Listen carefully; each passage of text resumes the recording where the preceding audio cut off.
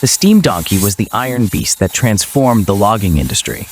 Invented by John Dolbear in 1881, it replaced slow, expensive teams of oxen with high-tension steel cables and raw steam power, dragging massive redwood and Douglas fir logs through rugged terrain that was previously unreachable. Imagine a high-pressure steam boiler mounted on heavy wooden skids. It didn't move on wheels. Instead, it used its own winch to pull itself through the forest like a giant metal inchworm. While it revolutionized production, it was a dangerous neighbor. The wood-fired boiler constantly spat glowing cinders into the dry brush, earning it a reputation for starting as many forest fires as it cleared timber.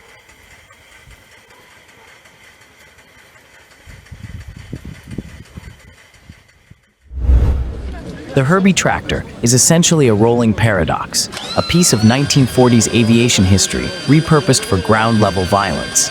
By utilizing the massive Curtiss-Wright R-3350, the team taps into a power plant that was once the pinnacle of piston engine tech. While originally designed for high-altitude endurance, in the pulling world, it's a short-burst beast. The sound is unmistakable, a deep, rhythmic throb that turns into a deafening roar as the 18 cylinders synchronize under a full load.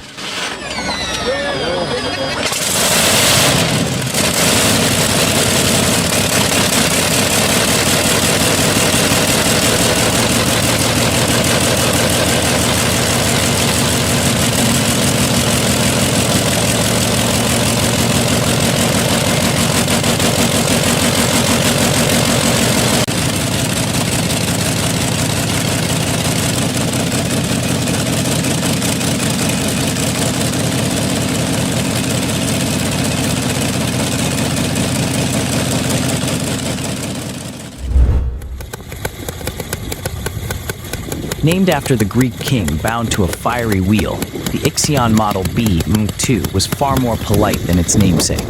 It was built for the everyman, sturdy, simple, and surprisingly elegant. While the standard Model B was a single-speed run-and-jump bike, the MUNKTELL featured a sophisticated two-speed gearbox, making it a luxury choice for hill climbing. With its signature fiery wheel, tank transfer, and acetylene lighting, it offered a glimpse into a world transitioning from horsepower to internal combustion.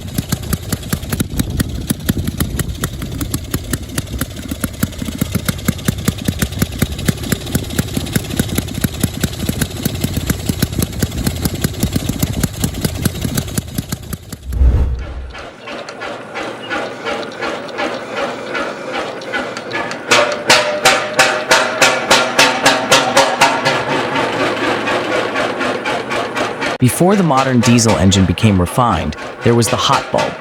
It was loud, heavy, and vibrated enough to rattle your teeth, but it had a superpower. It could run on almost anything. Known as semi-diesels, these engines didn't use spark plugs. Instead, you had to heat a metal bulb with a blowtorch until it glowed red hot to ignite the fuel. Once it started, it was nearly impossible to stop, making it the backbone of Swedish agriculture and maritime industry for decades.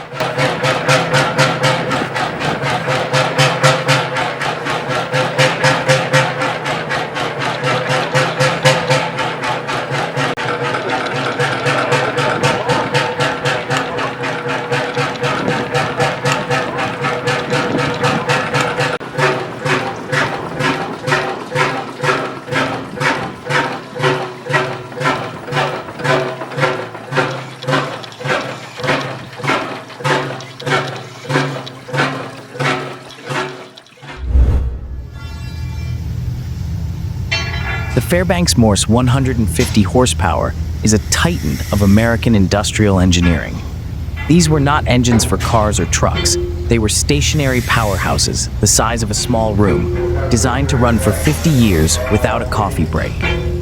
In the early 20th century, if a small town in the Midwest had electricity, it likely had a FAIRBANKS MORSE thumping away in a brick powerhouse. These engines are famous for their Beloit beat, a slow, rhythmic exhaust note that could be felt in the ground from a mile away. Known for their two-stroke, backflow scavenging design, they were incredibly simple, with no valves or complex timing chains, making them nearly indestructible.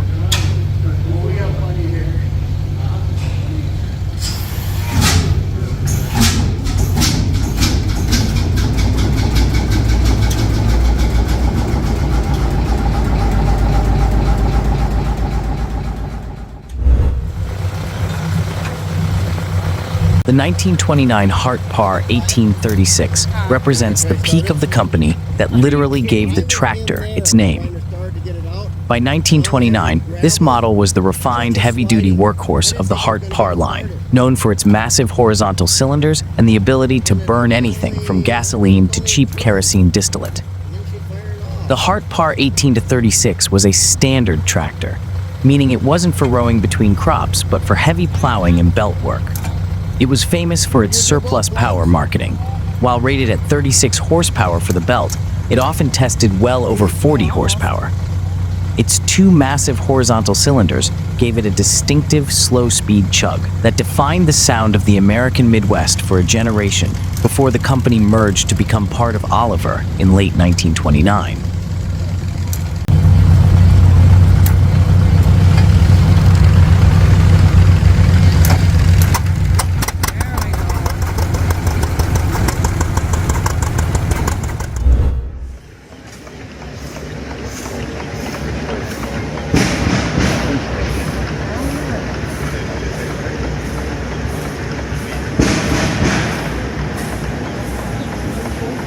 The Skinner and Wood steam engine, produced in Erie, Pennsylvania, represents the transition from artisanal machinery to the powerhouse industrial era. While later known as the Skinner Engine Company, their 1880s models were the utility players of the Gilded Age, used in small sawmills, printing shops, and early electric light plants. Skinner and Wood specialized in portable and stationary engines that were prized for their finish and reliability. In 1880, a steam engine wasn't just a tool, it was a status symbol of progress. These engines featured beautiful brass oilers and hand-painted pinstriping, but their real value was the automatic cut-off governor. This allowed the engine to maintain a steady speed even when a heavy saw blade bit into a log, preventing the belts from slipping or the engine from stalling.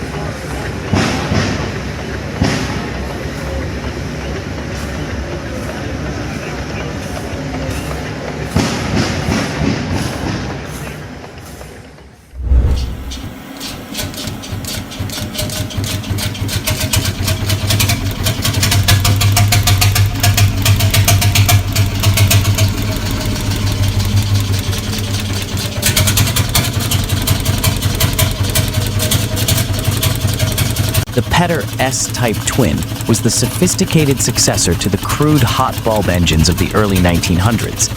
Produced by Petter's Limited of Yeovil, England, from the early 1920s, it utilized surface ignition, a clever middle ground between a gasoline engine and a modern high-compression diesel. If you walked the docks of a British port or the towpaths of the Grand Union Canal in the 1920s, the rhythmic, slow-speed chug-chug you heard was likely a Petter S. It was a semi-diesel, or two-stroke surface ignition engine, designed to be simpler and lighter than contemporary full diesels. Its standout feature was its ability to run on cheap, heavy oils, making it the favorite for narrowboat captains and coastal fishermen who needed reliability without the high cost of refined fuel.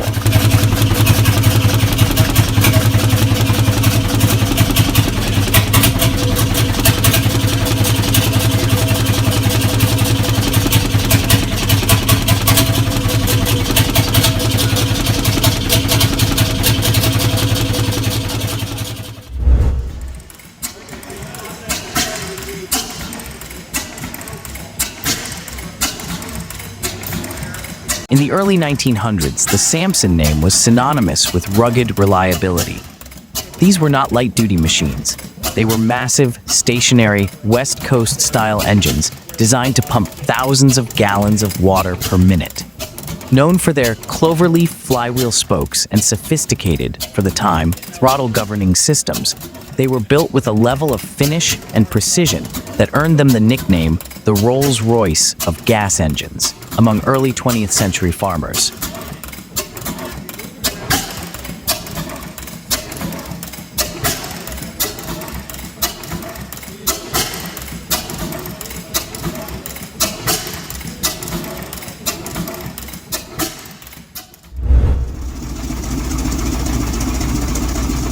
The Holt 75 was a mechanical marvel that replaced teams of 30 or more horses. It didn't just pull plows, it conquered terrain that would swallow other machines whole. With its massive 30-inch wide tracks and a distinct tiller wheel in the front for steering, it looked like a prehistoric beast of iron. Its ability to crawl over soft mud and trenches was so impressive that it directly inspired the British to develop the first armored tanks. The Holt 75 engine featured a staggering 7.5-inch bore and 8-inch stroke. It utilized an open crankcase design where the operator could actually see the connecting rods moving. Its track system provided a ground pressure of only 7 psi, allowing this 12-ton beast to traverse terrain that would trap a horse.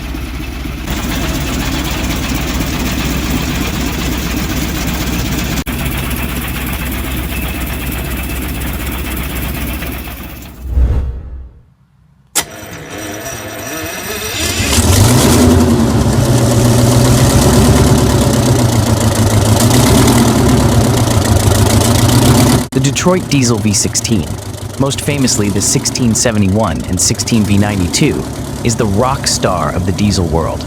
Known for its high-pitched, window-rattling scream, this two-stroke monster powered everything from massive luxury yachts to the legendary big-hull semi-trucks and giant mining haulers. Unlike modern four-stroke diesels that have a deep rumble, Detroit V16s are two-stroke engines. This means they fire on every single downstroke, making them sound like they are revving twice as fast as they actually are.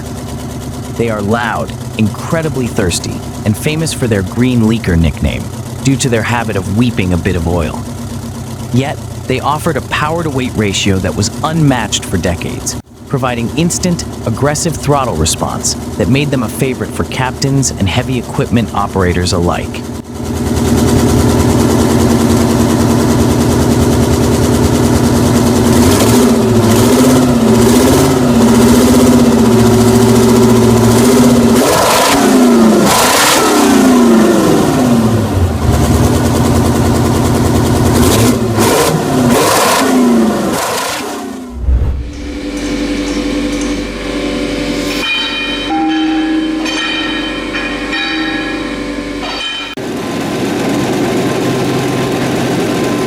That is a fascinating piece of Swiss military engineering history.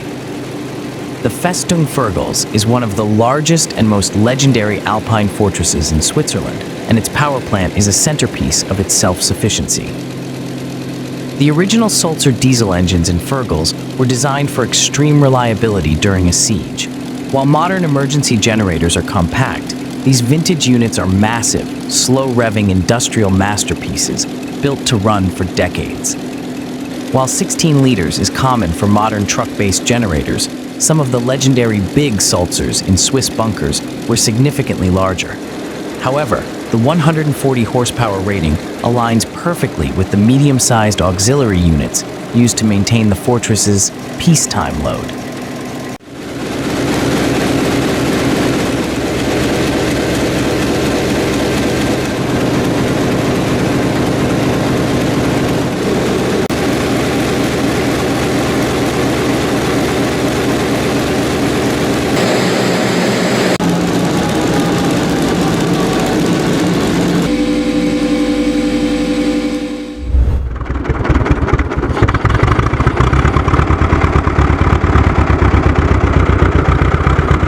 The 1919 Fordson Model F wasn't just a machine, it was the Model T of the soil.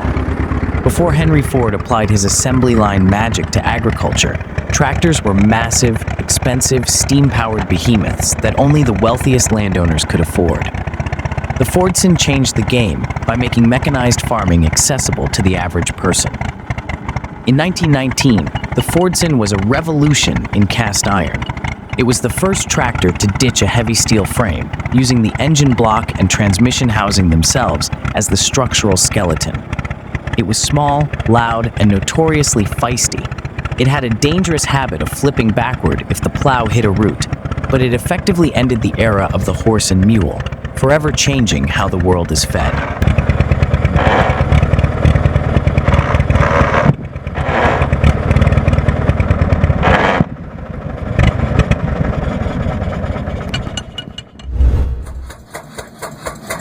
The 1913 IHC Mogul 1225 was a pivotal machine in the transition from steam-powered behemoths to the modern internal combustion tractor. Built by International Harvester, the Mogul line was celebrated for its ruggedness and its ability to run on cheap kerosene.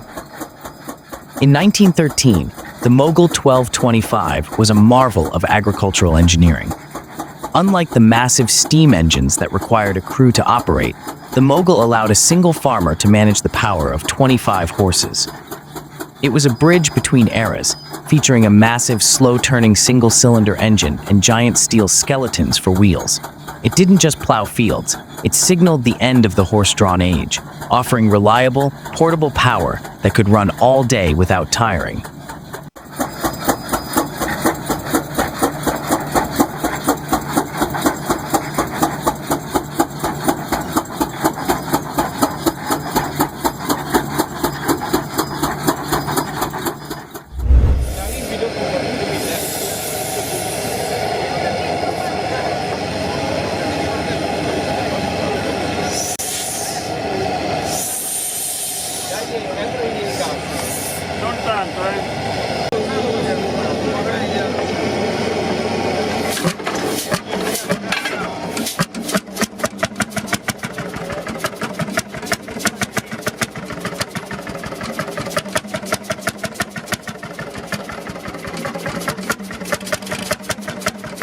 The URSUS OMP-55 is a fascinating, rare piece of agricultural history.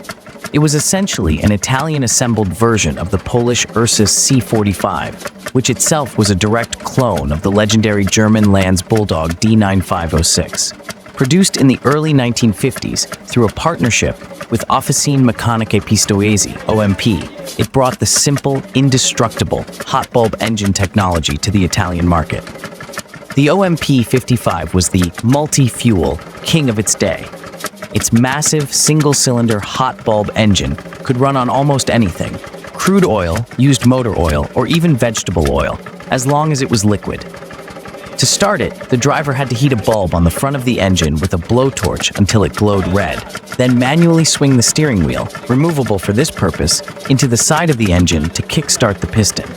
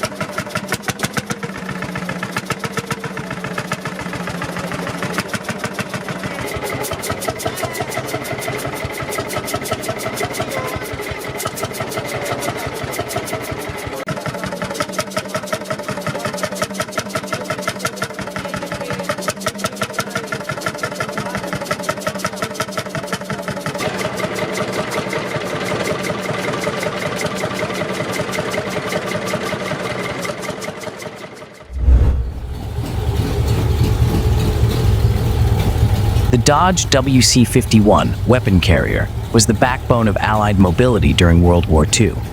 Part of the legendary Beep Big Jeep family, it was rugged, reliable, and essentially unkillable, serving as the bridge between the light Jeep and heavy cargo trucks. The Dodge WC-51 was a versatile 4x4 utility truck powered by a 3.8 liters inline-six engine. Designed for rugged terrain, it carried up to 3/4 ton of cargo or personnel. Its simplified open cab design and high ground clearance made it an indispensable workhorse for frontline logistics across all theaters.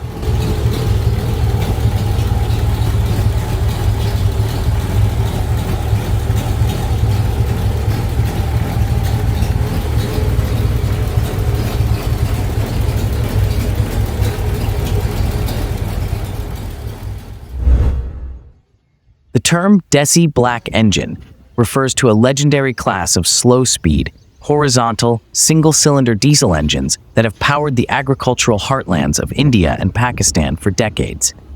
Originally based on early 20th century British designs like Ruston Hornsby or Blackstone, these engines are called black because of their traditional cast iron finish, and DESI because they are now locally manufactured and maintained by village mechanics. For a general audience, the DESI 35 horsepower black engine is the AK-47 of machinery. It isn't built for speed or elegance, it's built for survival.